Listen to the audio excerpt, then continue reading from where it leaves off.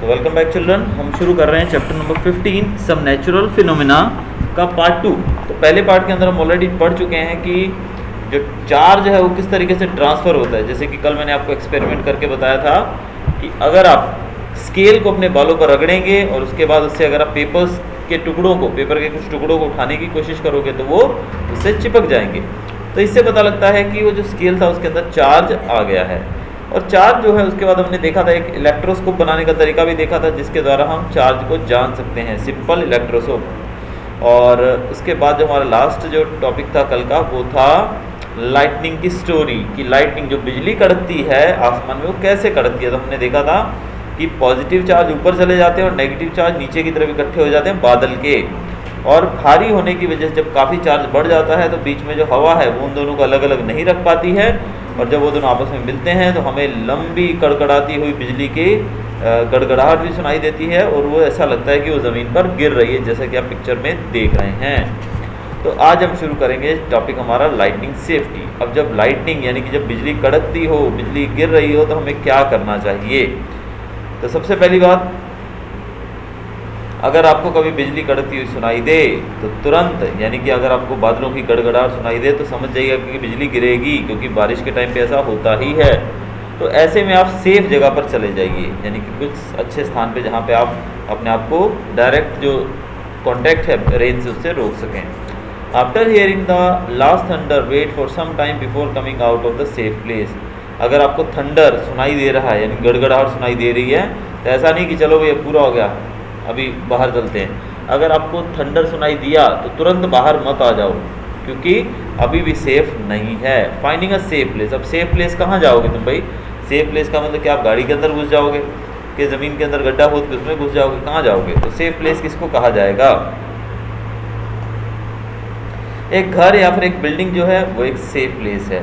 अगर आप कार या बस से ट्रेवल कर रहे हैं तो आप उसके अंदर भी सेफ हैं, with Windows and doors of the vehicle shut. अगर आपने उस गाड़ी के, अगर आप कार के द्वारा जा रहे हैं या फिर बस में जा रहे हैं, तो अगर विंडोज़ और डोर बंद है तो आपको कोई खतरा नहीं है। तो इस प्रकार आप अगर गाड़ी से ट्रेवल कर रहे हैं तो गाड़ी में आप सेफ हो, बस दरवाजे खिड़कियाँ बंद कर दो कार के।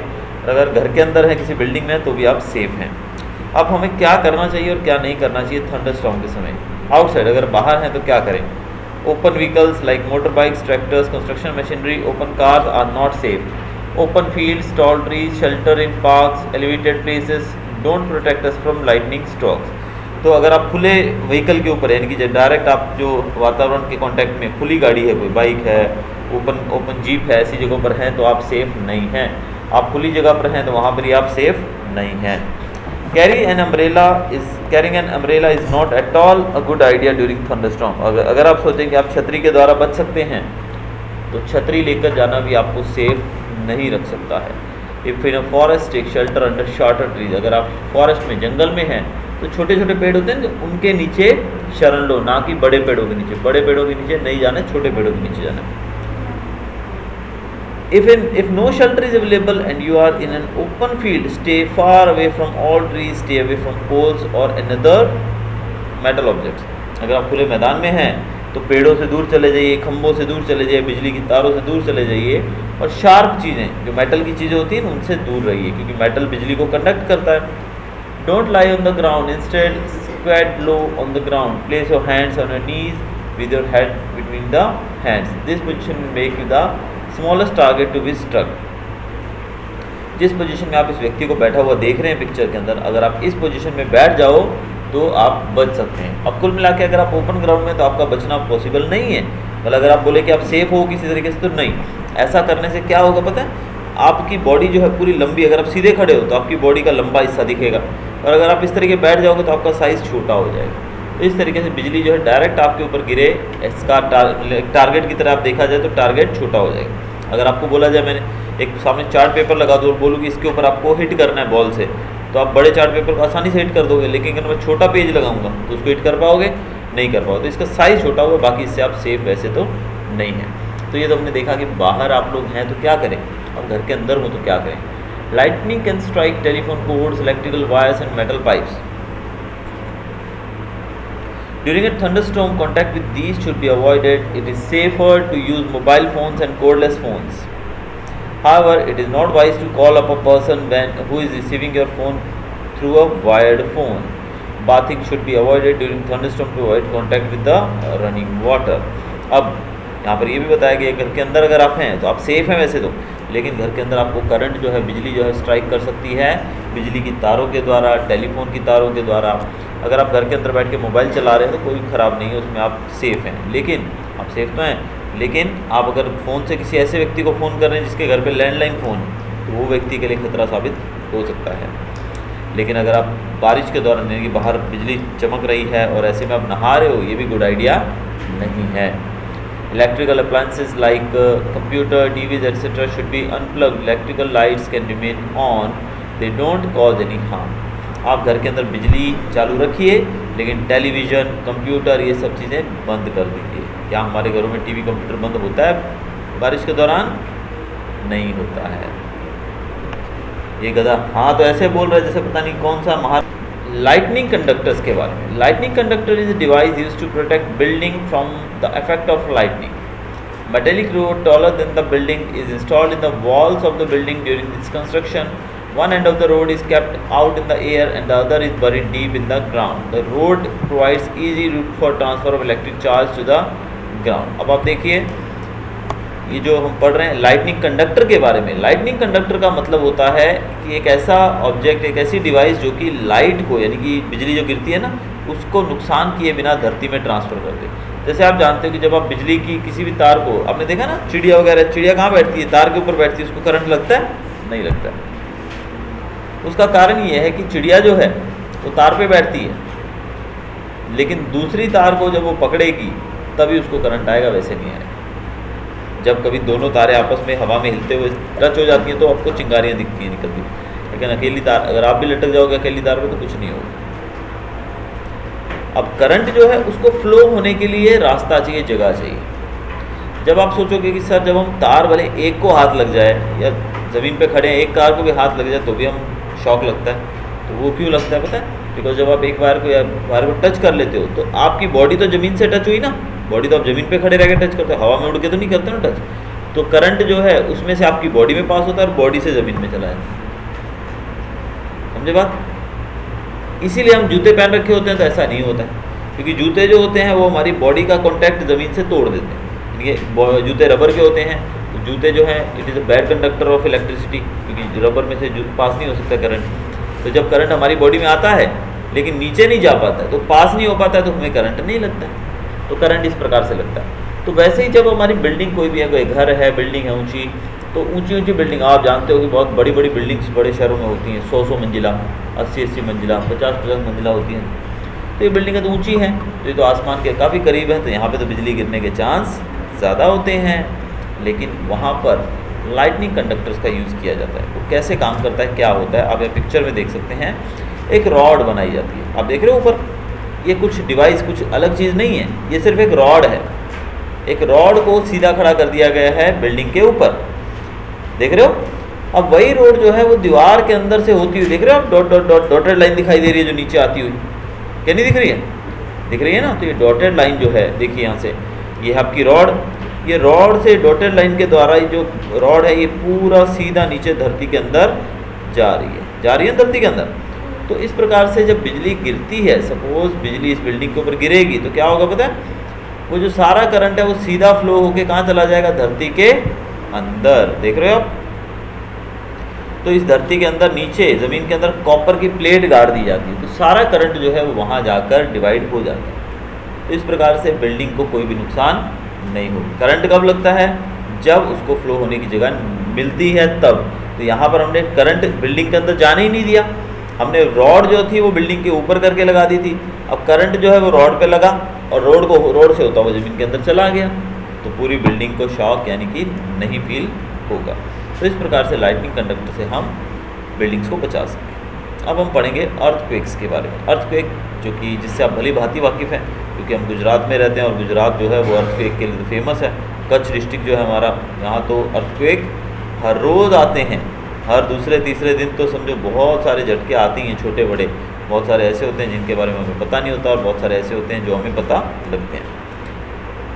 ये एक नेचुरल फिनोमेना है जो कि बहुत ही बड़े स्तर पे लोगों को मार देता है, यानी कि लोगों का नुकसान होता है, जान माल का बहुत नुकसान होता है अर्थक्वेक के दौरान। और सबसे बड़ी बात, अर्थक्वेक के बारे में हम पहले से जान नहीं सकते। कोई भी ये नहीं बता सकता है भाई कल अर्थक्वेक आने वाला है। तूफ़ान की आगाही हो सकती है, बाढ़ की आगाही हो सकती है, साइक्लोन की आगाही हो सकती है, लेकिन अर्थक्वेक की आगाही नहीं हो सकती है। इसलिए ये सडनली कभी भी आ सकता है, किसी भी समय आ सकता है, किसी भी पल आ सकता है, तो इससे बचने की गुंजाइश भी काफ़ी कम हो जाती है।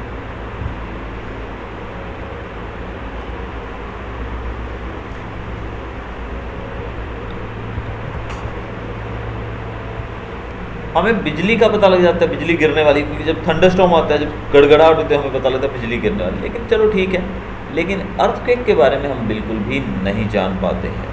ऐसे ही अर्थक्वेक के बारे में अगर ऐसे यहाँ पर दिया गया 26 जनवरी 2001 को जो भुज में आया था अर्थक्वेक, सुना होगा आप लोगों ने, वो इतना खतरनाक था, काफ़ी ज़्यादा वो इंटेंसिटी का अर्थक्वेक था और उसमें बहुत ज़्यादा नुकसान हुआ था। अब यहाँ पर बताया गया कि अर्थक्वेक होता क्या है।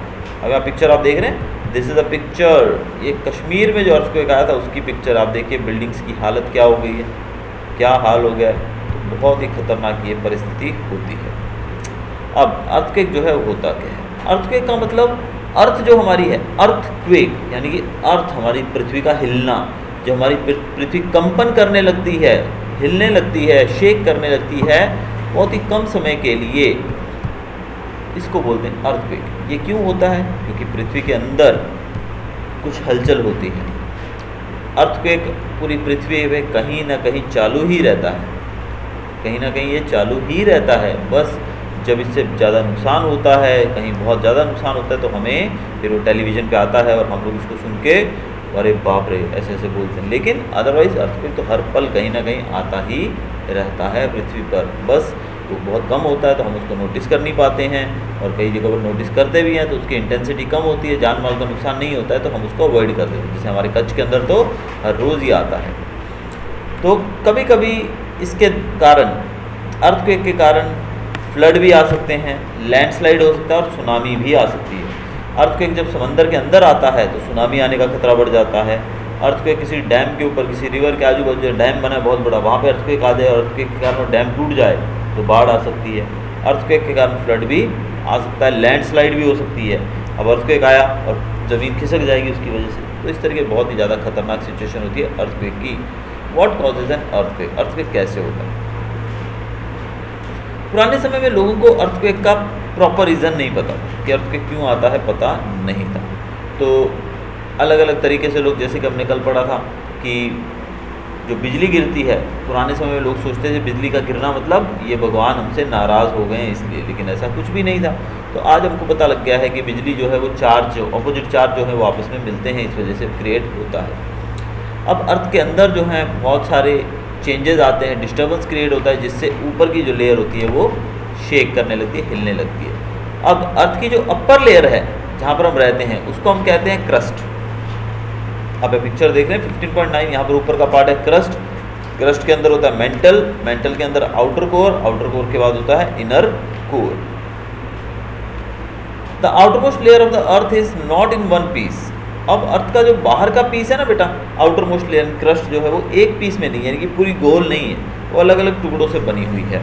It is fragmented, each fragment is called a plate. अब यानी कि जहाँ पर हम रहते हैं, जो ज़मीन जहाँ पर हम रह रहे हैं, अर्थ के अंदर की बात नहीं कर रहा हूँ, अर्थ के ऊपर की लेयर यानी क्रस्ट जो है वो सिंगल लेयर की नहीं है। आपने क्रिकेट खेलते हो आप लोग, तो क्रिकेट में एक टेनिस की बॉल आती है, और टेनिस की बॉल ज़्यादातर कहाँ से टूटती है?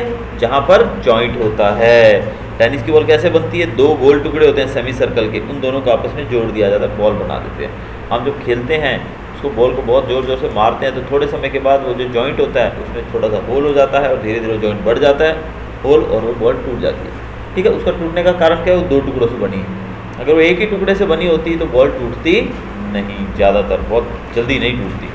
अब ये जो अर्थ का आउटरमोस्ट लेयर है क्रस्ट, वो भी एक पार्ट से नहीं बना, अलग अलग टुकड़ों में बटा हुआ है, जिसको हम प्लेट्स बोलते हैं। क्या बोलते हैं? प्लेट। ये प्लेट्स जो है ये हमेशा मूवमेंट करती रहती है।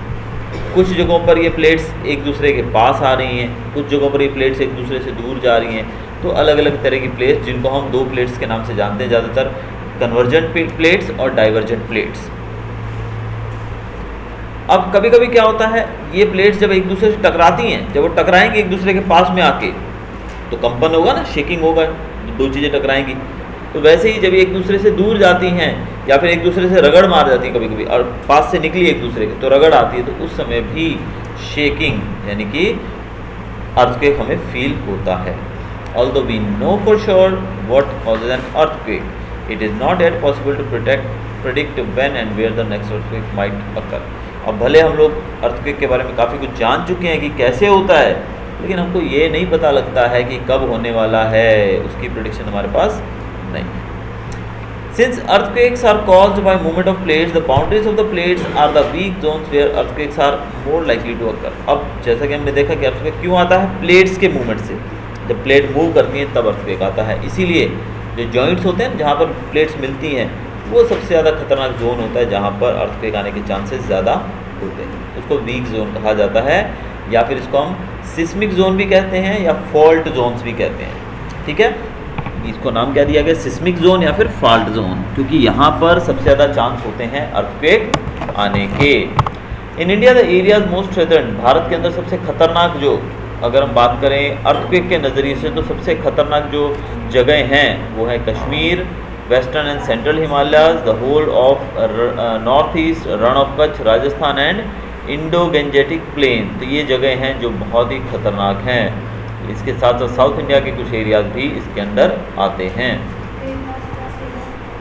आगे आप यहाँ पर पिक्चर में देख सकते हैं 15.12 के अंदर ये हमारी प्लेट ऊपर जो दिया हुआ है that is called Eurasian plate. जो ऊपर हिमालय के ऊपर देख रहे हो ना, वो यूरेशियन प्लेट है। उसके बाद आप देखते हो ये इंडियन प्लेट बताई गई है। तो ये जब प्लेट्स आपस में रगड़ती हैं तो अर्थक्वेक आता है। अर्थक्वेक की जो पावर होती है, यानी कि अर्थक्वेक कितना तगड़ा आया, उसको मापने का जो स्केल रहता है उसको रिक्टर स्केल बोलते हैं। क्या बोलते हैं? रिक्टर स्केल, जिसको आपको याद रखना है। तो रिक्टर स्केल का मतलब होता है वो स्केल जिसपे हम अर्थक्वेक की तीव्रता को माप सकते हैं। जो 7 की मैग्नीट्यूड के जो अर्थक्वेक होते हैं, जिनकी तीव्रता 7 होती है, वो सबसे खतरनाक होते हैं। और भुज और कश्मीर के अंदर जो अर्थक्वेक आए थे जिन्होंने बहुत तबाही मचाई थी, वो दोनों ही 7 से ऊपर थे, यानी कि 7.5 के भी ज़्यादा थे वो। तो 7 वाला भी बहुत खतरनाक होता है, तो यहाँ पर 7.5 के आ चुके हैं।